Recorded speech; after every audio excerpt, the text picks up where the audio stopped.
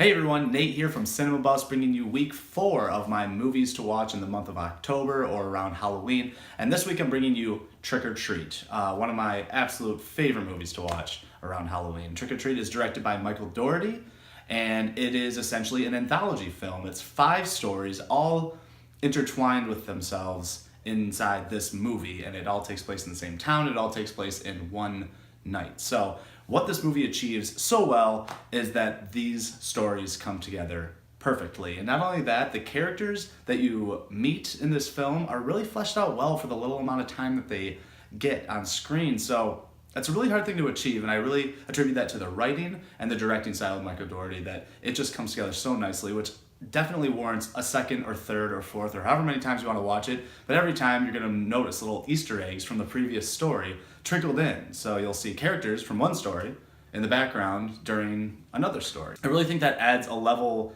of watchability to this film. There's a lot of different horror tropes in this movie, which is so fantastic as well. You're going to get ghost stories, and you're going to get, vampires, and you're going to get just like all sorts of different things. And that's what keeps this movie so incredibly fresh. This movie, probably underneath John Carpenter's Halloween, is the second most I have to watch this around Halloween.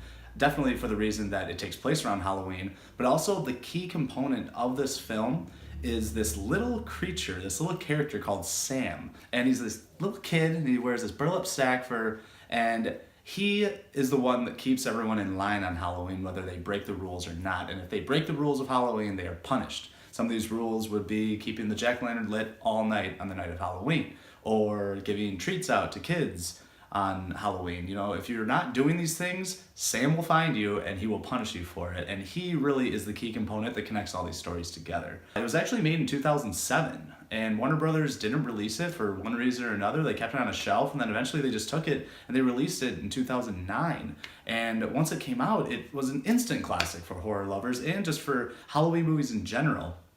I think it's a really big bummer that it never got a theatrical release, and Michael Dougherty has recently been talking about wanting to do a sequel. His most recent project was Krampus, which is almost like, a Christmas horror movie, and I think that he achieves horror so incredibly well. He really has an eye for it, and this movie it gets you with jump scares, but it also just gets you with comedy interwoven with this. And I think that's why it's such a fantastic, fun ride, because it's funny, and it's different, and it switches, and the pacing is so fast that it keeps you engaged the entire time. And it wraps up in this nice little package, and it just comes full circle. The whole thing is just one full night that comes right back around, and you can watch it again and again and again. This movie is not very scary. I would say this is the least scary movie that I've reviewed on this series. But that doesn't mean you shouldn't watch it. It is pure entertainment. It's gonna give you some laughs, it's gonna give you some thrills,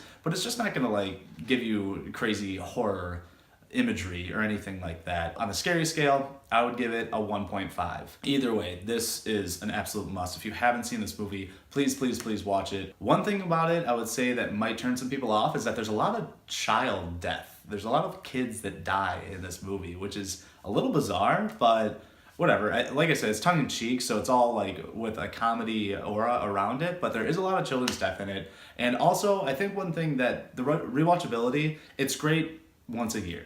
Watching this in July might not be as effective, because this movie is 100% all about Halloween. That's all it is pure Halloween. So if you're gonna watch this movie, watch it before the 31st of October. Thanks again for watching and joining me on this whole series that I'm doing. We have one more left, and that is the big one, of course, John Carpenter's Halloween. Dennis will be joining me for that review. We're pretty much just gonna sit there and gush about it, because that movie is unbelievable. Leave all your comments below about Trick or Treat or what you thought, and don't forget to like, share, subscribe to Cinema Buffs as usual. We just really thank everybody for showing so much support, and we'll see you on Halloween. Remember, there's no place like the theater.